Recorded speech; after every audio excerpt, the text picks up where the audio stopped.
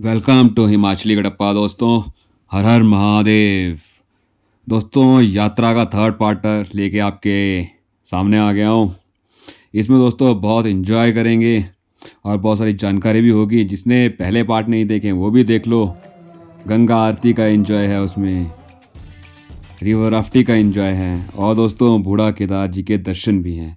दोस्तों इस यात्रा में हमें 3 गणों के दर्शन हुए और बहुत ही अच्छे से दर्शन हुए। प्यार से नंदी महाराज के, नाग देवता के और तेंदुए के। ऐसा लगा कि हमारे साथ यात्रा में साथ ही चले हुए हैं। और दोस्तों दूसरा जो पार्ट था उसमें हमने यात्रा की थी बूढ़ा केदार से गुप्तकाशी तक, रोड जर्नी। उसमें भी बहुत सारी रुकावटें आई थी। दिवाली का भी रास्ते में एंजॉय लिया था और अगले दिन सोनप्रयाग से निकले थे गौरीकुंड तक के लिए और गौरीकुंड से ट्रैक का स्टार्ट किया था। बहुत ही प्यारा ट्रैक था। बहुत सारे वाटरफॉल्स का एंजॉय रास्ते में मिला था और दोस्तों गम भी हुआ था जो हम यातनाएं दे रहे हैं इन जानवरों को। और दोस्तों ट्रैक में रास्ते में आराम करते हुए, भोले का नाम लेते हुए चले हुए थे। उसमें एक अलग ही एंजॉय आएगा दोस्तों। जय भोलेनाथ सबके साथ। कुछ ऐसा एंजॉय था दोस्तों।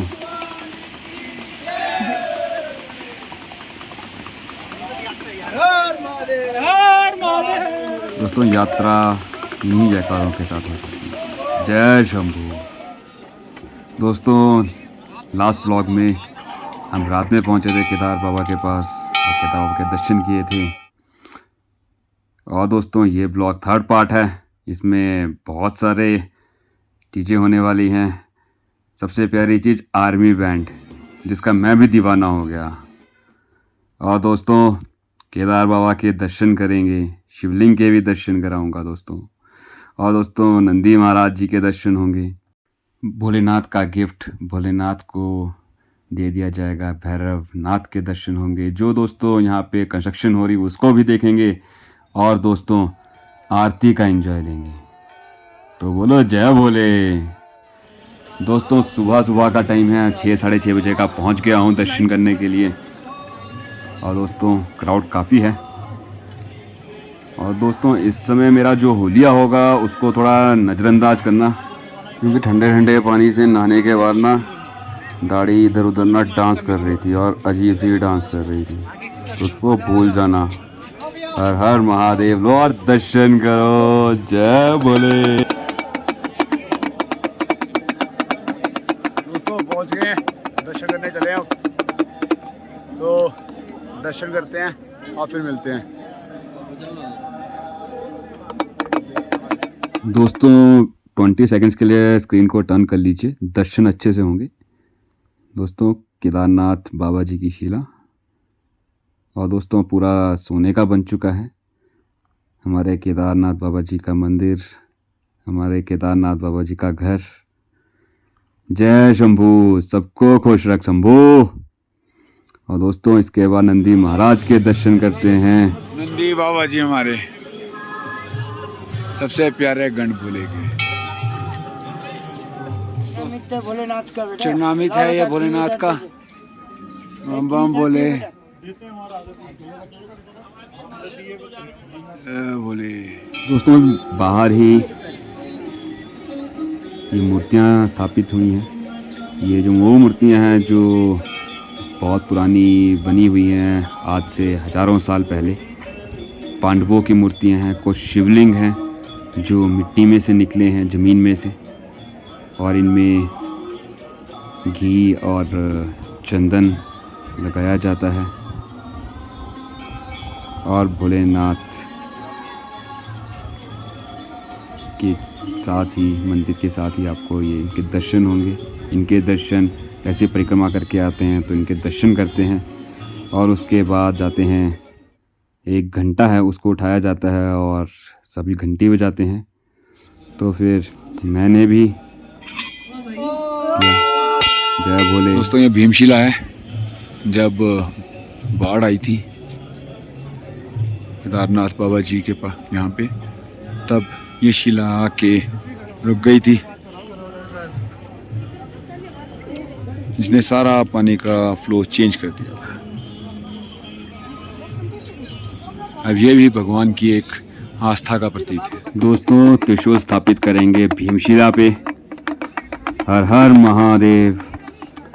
दोस्तों मैं हमेशा भोले के लिए गिफ्ट लेके जाता हूँ, ताकि भोले जो भी पापी हैं उन सब का इससे नाश करें, और जितने भी अच्छी आत्माएं हैं, अच्छे इंसान हैं, अच्छे कर्म करने वाले हैं, उनका बेड़ा पार करे। और जब अगली यात्रा पे आऊँगा तब भी लेके आऊँगा। जहाँ भी जाऊँगा भोले तेरे पास तेरा अस्त्र और तेरा वाद्य यंत्र लेके आऊँगा। जैसे भोले तुम दुनिया को गिफ्ट देते हो, उनको खुश रखते हो, वैसे भोले तेरा एक गण तेरे लिए गिफ्ट लेके आएगा। हर हर महादेव। दोस्तों भीमशिला में स्थापित कर दिया है त्रिशूल मैंने। अब अगली यात्रा पे फिर से करेंगे। जय शिव। दोस्तों सूर्य देवता आ गए हैं यहाँ पर केदार बाबा जी के पास, और भगत बैठे हुए हैं, आग सेक रहे हैं। गुजरात से भाई आए हैं हमारे। एमपी से हेलो। सभी भगत गण लाइन में लगे हुए हैं, और ये सर्कल घूम के आएगा। तो दोस्तों भोले के भगत भक्ति में लीन। हर हर महादेव। तो थोड़ी सी केदारनाथ मंदिर के बारे में, आपको हिस्ट्री के बारे में बताता हूँ। तो सनातन धर्म के अनुसार भगवान शिव ने प्रकृति के कल्याण के लिए 12 ज्योतिर्लिंगों के रूप में प्रकट हुए थे। उन्हीं 12 ज्योतिर्लिंगों में से केदारनाथ भी एक ज्योतिर्लिंग है। और दोस्तों एक और चीज़ बताता हूँ, ये ज्योतिर्लिंग ही नहीं, एक पंच केदार में से भी एक है। पंच केदार में दोस्तों केदारनाथ, रुद्रनाथ, कल्पेश्वर, मध्येश्वर और तुंगनाथ आते हैं। दोस्तों जहाँ तक अब ज्योतिर्लिंग की बात आती है कि ज्योतिर्लिंग कैसे प्रकट हुआ, तो उसके बारे में 2 कथाएं हैं। पहली कथा ये है कि जो भगवान नारायण हैं, उनके अवतार तपस्वी नर नारायणी जो ऋषि थे, उन्होंने भगवान शिव की जो बैक साइड केदारनाथ पर्वत है उस पर बहुत बड़ी तपस्या की थी बहुत समय तक। तो फिर भगवान शिव उनसे खुश हुए थे, और उन्होंने फिर जब फल मांगा था कि आशीर्वाद के रूप में, तो उन्होंने बोला था हमें यहाँ पे आप ज्योतिर्लिंग के रूप में चाहिए। तो भोलेनाथ जी यहाँ पे स्थापित हो गए थे, यानी कि ज्योतिर्लिंग के रूप में विराजमान हो गए थे। और दोस्तों दूसरी कथा के अनुसार जब पांडव महाभारत में अपने भाइयों कौरवों का वध करने के बाद जो फैमिली हत्या के दोष में वो भटक रहे थे, उसके कि हमने गलती कर दी है, उसको माफ़ कर दो, तो उसके लिए जब वो भटक रहे थे भोलेनाथ के दर्शन करने के लिए, तो वो पूरा इंडिया घूम चुके थे, उन्हें कहीं भोलेनाथ के दर्शन नहीं हो रहे थे। तब उन्हें पता चला कि भोलेनाथ यहाँ हैं, और वो भोलेनाथ को मिलने के लिए, दर्शन करने के लिए आ गए। और भोलेनाथ जी फिर एक बैल के रूप में, एक जानवरों के बैलों के झुंड में गुम हो जाते हैं। और फिर जो भीम होता है वो समझ जाता है कि इन्हीं में से एक है कोई, और भीम फिर एक विशालकाय रूप ले लेता है, और सभी जो बैल होते हैं वो डर के मारे भाग जाते हैं। भीम का वो विशाल रूप देख के सिर्फ एक बैल नहीं दौड़ता है, सभी भीम समझ जाता है कि यही वो है। और फिर वो उनको पकड़ने के लिए भीम जाता है, और जो बैल का सिर्फ कुबड़ हल वाला पीठ वाला पोर्शन होता है वो उसके हाथ में आता है, जो कि शिला के रूप में आज विराजमान है, जिसके हम दर्शन करते हैं केदारनाथ जी में। इसके अलावा कहा जाता है कि जो बॉडी का अपर भाग था भोलेनाथ का, वो इस सब नेपाल में प्रकट हुआ था, जहाँ पे पशुपतिनाथ जी का टेम्पल है। इसके अलावा जो भोलेनाथ जी का मुख था वो रुद्रनाथ में प्रकट हुआ था। जो आपकी जटाएं हैं वो कल्पेश्वर में प्रकट हुई थी। नाभि है वो मध्य में प्रकट हुई थी और जो भुजाएं हैं वो तुंगनाथ में आई थी। तो बोलो जय भोले की। दोस्तों अब बताता हूँ कि इस मंदिर की जो निर्माण कार्य है कब हुआ, जो कि अलग अलग लिखा गया है। उसके अकॉर्डिंग बहुत सारी इसमें बातें हैं, उन सभी बातों को आपको बताता हूँ अच्छे से। इसकी दोस्तों जो मंदिर की हाइट है वो है आपकी 85 फीट 85 फीट, और जो इसकी चौड़ा है ये विड्थ है वो है 187 फीट। और दोस्तों ये एल्टीट्यूड पे समुद्र तल से जो ऊंचाई है इसकी वो है 11,755 फीट, 11,755 फीट। दोस्तों कहा जाता है कि सबसे पहले केदारनाथ मंदिर का जो निर्माण है वो पांडवों ने कराया था। जब पांडव यहाँ पे आए थे उसके बाद पांडवों के वंशज जन्मजय ने केदारनाथ मंदिर का निर्माण कराया था। उसके बाद दोस्तों 8वीं शताब्दी में आदि गुरु शंकराचार्य जी ने मंदिर रेनोवेट करवाया था। दोस्तों कहा जाता है कि 11वीं शताब्दी में मालवा के राजा भोजनी जी ने भी इसका निर्माण करवाया था। एज़ पर आर्कोलॉजी देखना हो और एज पर गवर्नमेंट देखना हो तो 8वीं शताब्दी में जो शंकराचार्य जी ने निर्माण करवाया था उसी को गवर्नमेंट मानती है। दोस्तों कहा जाता है कि ये केदारनाथ मंदिर 400 सालों तक बर्फ़ के नीचे भी दबा रहा था, 11वीं शताब्दी से 17वीं शताब्दी तक। दोस्तों ये शताब्दियाँ बोल रहा हूँ, ये एज़ पर हिंदू कैलेंडर देखिएगा, इंग्लिश कैलेंडर मत देखिएगा। दोस्तों जो जून 2031 एज़ पर ब्रिटिश कैलेंडर में जो बाढ़ आई थी तब जो मंदिर है सिर्फ इसका जो मेन बिल्डिंग है वही बच पाई थी। आसपास की जो एरिया है बहुत ज़्यादा नुकसान हुआ था, बहुत ज़्यादा भक्तों की डेथ हुई थी। और उस समय जो आदि गुरु शंकराचार्य जी की मूर्ति स्थापित की गई थी और एक छोटा सा मंदिर था भोलेनाथ का, केदारनाथ मंदिर के बैक साइड वो फ्लड में बह गया था। उसकी जगह पे अब स्टैचू लग चुका है आदि गुरु शंकराचार्य जी का, तो उसके भी हम दर्शन करने जाएंगे। दोस्तों यहाँ पे बहुत सारे महात्मा बाबाओं के आपको दर्शन हो जाते हैं जो भोले की भक्ति में लीन रहते हैं। क्राउड दोस्तों, भक्तों का हजूम, क्योंकि अब कपाट बंद होने हैं और कल सुबह पालकी वापस जानी है, तो सभी भोले के गण पहुंचे हुए हैं भोले के दर्शन।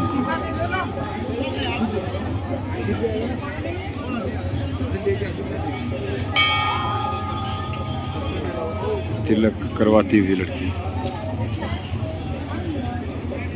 बाबा जी ध्यान मुद्रा में।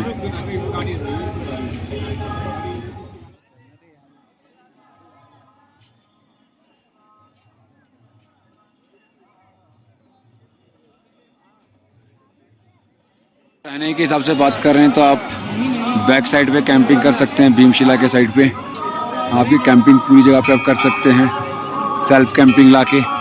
इसके अलावा आपको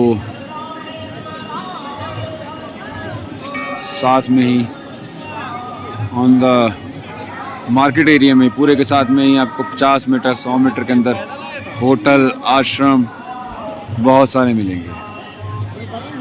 बस थोड़े से महंगे ज़रूर होते हैं बट इतने नहीं होते हैं। ये सारे के सारे आश्रम्स बने हुए हैं और होम स्टेज हैं, होटल्स इनको बोल सकते हैं, और कैंप्स वगैरह के भी लगे हुए हैं नीचे।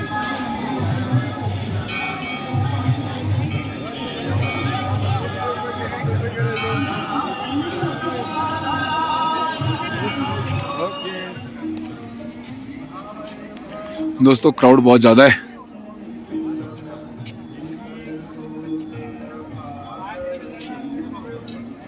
दोस्तों लगभग मॉर्निंग में 6 बजे पहुंच गया था मैं, मैं तब से यहीं पे हूँ अभी। अब ब्रेकफास्ट करने के लिए जाऊँगा एंड फिर थोड़ा सा घूमने निकलेंगे फिर से। क्राउड देखो दोस्तों।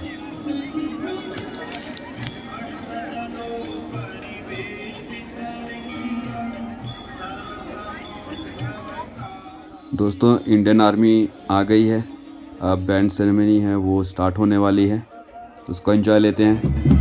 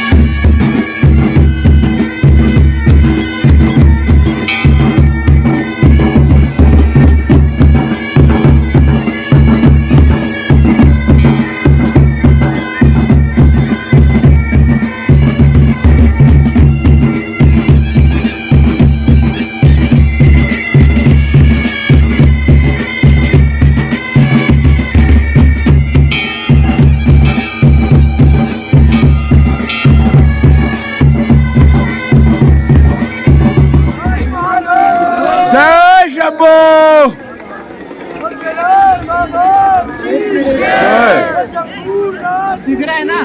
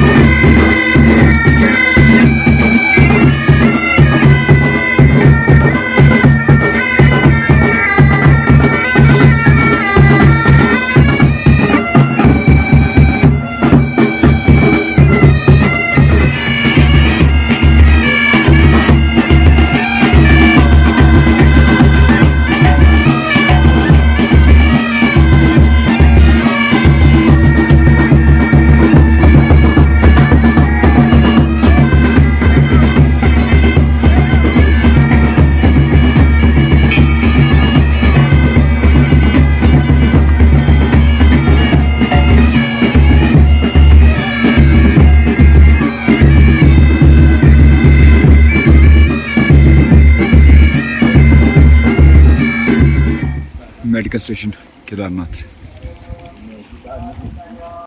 दोस्तों बहुत सारी डेवलपमेंट हो रही है और बहुत सारी कंस्ट्रक्शन हो रही है, जिसका फ़ायदा भी है और नुकसान भी है। पर दोस्तों नुकसान ज़्यादा है, क्योंकि जो यहाँ पे पर्सन्स आ रहे हैं वो एज अ पिकनिक के लिए आ रहे हैं। अब इसको यात्रा की तरह आओ, पिकनिक की तरह ना हो। हेलीकॉप्टर सर्विस रेगुलर है, तो घोड़े से अच्छा हेलीकॉप्टर है। बट हेलीकॉप्टर्स में अगर डर लग रहा है तो फिर आप आ सकते हो पालकी में। घोड़ा लास्ट ऑप्शन रखिएगा। प्राइवेट कंपनीज के हेलीकॉप्टर्स है, यूज आउट हो रहे हैं। श्रीनिवास हमारे राजा साहब ने हमें दान किया था, बट बाढ़ आने के बाद थोड़ा लॉस हुआ और उसके बाद प्रॉपर मेंटेनेंस इसको नहीं मिली है। और प्लस जो लोकल पर्सन्स हैं उनके थोड़े इश्यूज़ के कारण बहुत खस्ता हाल हो चुके हैं इसके। कमेटी इसको करने के लिए बहुत कोशिश कर रही है, पर मैं चाहूँगा राजा साहब विक्रमादित्य सिंह जी, इसको वैसा ही बना दो जैसे पहले हुआ करता था।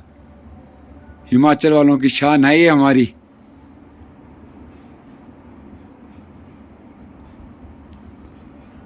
और हिमाचल सरकार से भी रहेगा कि वो भी कुछ करे। पार्टीबाजी से ऊपर उठ के काम करना पड़ेगा, ऐसे काम नहीं होगा इस चीज़ का। प्लस पानी का भी थोड़ा इशू आ रहा है, क्योंकि बाकी पर्सन्स ने पानी वगैरह के लिए भी कुछ इश्यूज़ किए थे। पुजारी जी बता रहे थे मुझे। और सोने के लिए हमें जैसे घर पे मिलता है ना बिस्तर, घर की रजाई होती है ना एकदम गर्म, बिल्कुल वैसी ही है। राजा साहब जल्दी से ठीक कराओ, ताकि हम दोबारा से बोल सकें कि हमारा यात्री निवास फिर से चमक उठा है। क्योंकि प्राइवेट यहाँ पे बहुत सारे बन रही हैं प्रॉपर्टीज़, और उसके कारण जो यात्री निवास है, धर्मशालाएं हैं, उनको नज़रअंदाज कर रहे हैं हम, और उनकी कोई सुध नहीं ले रहा है। ये देखिए हमारा कल्चर है, ये हिमाचल वालों का। दोस्तों इस टाइप का अच्छा बेडिंग है यहाँ हमारे सोने के लिए, बट सरकार को और राजा साहब आपको करना पड़ेगा कुछ। हमारी इस धरोहर को, पुश्तैनी चीज़ को दोबारा से पुराना जैसा ही करना पड़ेगा। तो मैं आशा करता हूँ कि जल्दी ही ये सारा रेनोवेट हो जाएगा। मैं 25 और 26 और 27 तारीख को इधर ही था। 27 तारीख की अभी इस मॉर्निंग में पालकी के साथ वापस जा रहा हूँ। तो राजा साहब करिए ज़रा इसे। अंदर से थोड़े बहुत की ज़रूरत है और बाहर से काफ़ी ज़रूरत है। कुछ फंड एलोकेट करवाइए और इसका रेनोवेशन करवाइए, ताकि हिमाचल वालों को नाज हो इस पे। इसने बाढ़ भी झेली है और आज भी खड़ा है। धन्यवाद। जय केदार बाबा। दोस्तों ब्रेकफास्ट करने के बाद अब भैरव बाबा के दर्शन करने के लिए जा रहे हैं। दोस्तों लाइन लंबी होती जाती है, जैसे जैसे दिन बढ़ता जाता रहता है। तो सुबह जल्दी आओ और दर्शन करो और रात तक रुको और आरती का भी आनंद लो। दोस्तों मेरे हिसाब से अगर आना हो तो केदारनाथ में ऊपर आपको कम से कम 4 या 5 स्टे लेने चाहिए। और यहाँ पे आपके नियर बाय में बहुत सारे ट्रैक्स हैं, उन सभी को आपको करना चाहिए अगर आप ट्रैक करने के शौकीन हो। मैं इस बार नहीं कर पाया हूँ, क्योंकि इस बार मेरा आने का टाइमिंग थोड़ा लेट था। अगली बार थोड़ा जल्दी आऊँगा और सारे के सारे यहाँ के जो ट्रैक्स हैं उनको करके जाऊँगा। दोस्तों यहाँ से एक दिन लगेगा ट्रैक करना हो तो ब्रह्मकंबल ट्रैक और वासुकी ताल, ये एक दिन में ट्रैक हो जाएगा। और एक दिन आपको सुमेरु पर्वत है और गांधी सरोवर, इसके लिए चाहिए। और एक दिन आपको हाथी पर्वत के लिए अगर ट्रैक करना हो, भैरव मंदिर से आगे जाके, तो उसके लिए। हेलो बाबा जी, हेलो हिमाचली का टप्पा। दोस्तों चले हैं भैरव देवता के पास, सामने पहुंचना है। दोस्तों माँ मंदाकिनी नदी है, मंदाकिनी नदी। इसके ऊपर से अभी हम क्रॉस कर रहे हैं। माँ गंगा का ही एक रूप है, आगे जाके माँ गंगा में ही मिलती है। गौरीकुंड में बाहर आपका अंदर गर्म पानी है और बाहर ठंडा पानी है माँ मंदाकिनी का। दोस्तों हेलीकॉप्टर सर्विस कंटिन्यू चली रहती है। एक हेलीपैड आपका ये नीचे है और एक मंदिर के बैक हैंड साइड पे है। और दोस्तों कंस्ट्रक्शन के लिए देखिए कितनी होटल्स वगैरह बन रहे हैं, बट दोस्तों नुकसान ये हो रहा है कि कूड़ा बहुत फैल रहा है। जगह जगह पे आपको प्लास्टिक के ढेर मिल जाएंगे। दोस्तों पिकनिक स्पॉट पे ना हो, ये भोले का घर है, भोले के दर्शन करने। और दोस्तों जो बैक हैंड साइड पे आपको गोल जैसा दिख रहा है, वहाँ पे केदार आपकी आदि शंकराचार्य जी की मूर्ति स्थापित की गई है। दोस्तों भैरव मंदिर पहुंचने वाले हैं।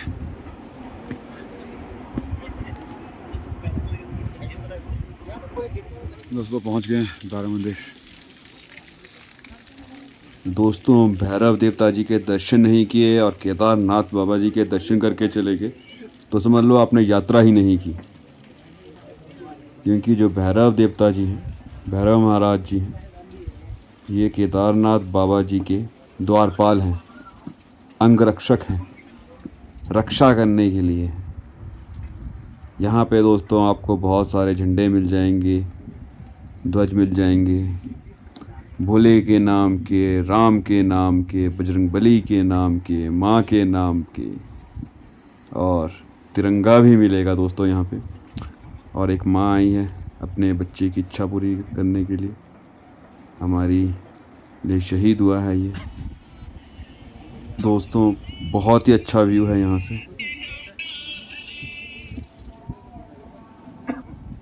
देखिए दोस्तों। और दोस्तों केदार बाबा के दर्शन यहाँ से देखिए। जय भैरव बाबा, सबको खुश रखना भैरव बाबा। और भाई माता जी को लेके आए हैं। और दोस्तों ये बहुत पुण्य का काम होता है अपने पेरेंट्स को यात्रा करवाना। जो हेलीकॉप्टर्स हैं ये उन्हीं के लिए, जो अपने माँ बाप को यात्रा कराए। दोस्तों जब 2013 में सुनामी आई थी तो कुछ ऐसा हाल हो गया था हमारे केदारनाथ जी का। उसी की बात कुछ पेंटिंग्स यहाँ पे बनी हुई वो आपको दिखाता हूँ। इस पिक्चर में भोलेनाथ का वर्णन किया गया है कि वो कैसे दिखते हैं, कैसा स्वरूप है भोले का। ये भोले का अर्धनारेश्वर रूप है, जिसमें आधी रूप नारी का है और आधा पुरुष का। सबसे शक्तिशाली रूप इसी माना जाता है। पिक्चर में वर्णन समुद्र मंथन के समय का है, जब भोलेनाथ ने समुद्र से निकला हुआ विष धारण कर लिया था और सारा विष अपने गले में रोक लिया था, तब ये उन्हें नीलकंठ भी कहते हैं। चंद्रशेखर रूप है, राजा दक्ष की जो तारा के रूप में 27 डॉटर्स हुई थी, उनकी शादी मून देवता से कराई गई थी। तो उसके बाद भोलेनाथ जी का जन्म हुआ था। इन्होंने रूप लिया था, चंद्रशेखर रूप धारण किया था। जन्म तो नहीं बोल सकते उनका, क्योंकि वो तो नाश्वर है। इसमें दिखाया गया है कि माँ गंगा का उद्गम कैसे हुआ था। महर्षि भागीरथ जी ने उनको धरती पे लाया था भोलेनाथ की तपस्या करके, और भोलेनाथ ने अपनी जो जटाओं में से माँ गंगा को धरती वालों को, मानवों को दिया था, उनके पापों को दूर करने के लिए, हरने के लिए। ये हरियार रूप है, इसमें आधा शरीर भोलेनाथ का रहता है और आधा शरीर विष्णु भगवान का रहता है। ये फोटो शिव विवाह की है। भोलेनाथ अपने गणों के साथ माँ पार्वती से विवाह करने के लिए जा रहे हैं और साथ में देवता भी हैं, गण भी हैं, राक्षस भी हैं, मानव भी है, सभी हैं। बम बम बोले।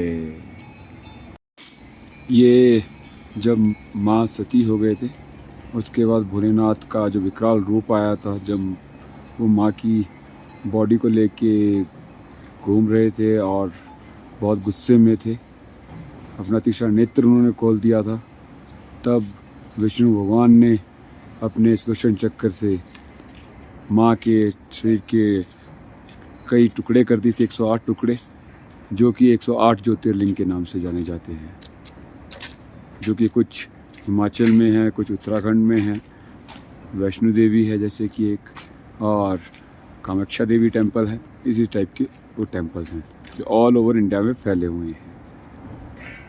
इस फोटो में भोलेनाथ शिव तांडव मुद्रा में है। फ्लड आने के बाद जैसे कि आपको पता है, आपको पूरा केदारनाथ का जो एरिया है उसको पूरा दोबारा से बनाना पड़ रहा है, तो उसके रिगार्डिंग ही ये है। ये फ़ोटो अमर कथा के बारे में है जो भोलेनाथ ने माँ पार्वती को सुनाई थी, और जहाँ आप अमरनाथ जी बाबा बर्फानी जी का विराजमान रहता है। हम बम बोले। भोलेनाथ वीणा मुद्रा में संगीत फैलाते हुए। त्रिय नेत्र, जो तीसरा नेत्र है भोलेनाथ का, उसकी शक्ति दिखाई गई है इसमें कि उसकी शक्ति कितनी ज़्यादा है। हर हर शंभो।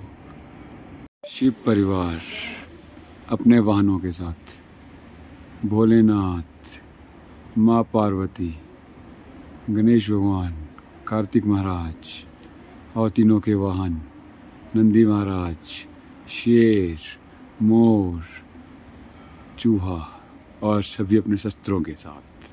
हर हर शंभो। दोस्तों, इसमें भोलेनाथ को अघोरी के रूप में दर्शाया गया है। बम बम बोले। भोलेनाथ कीरत पूर्ति मुद्रा में धनुष्वान का प्रयोग करते हुए,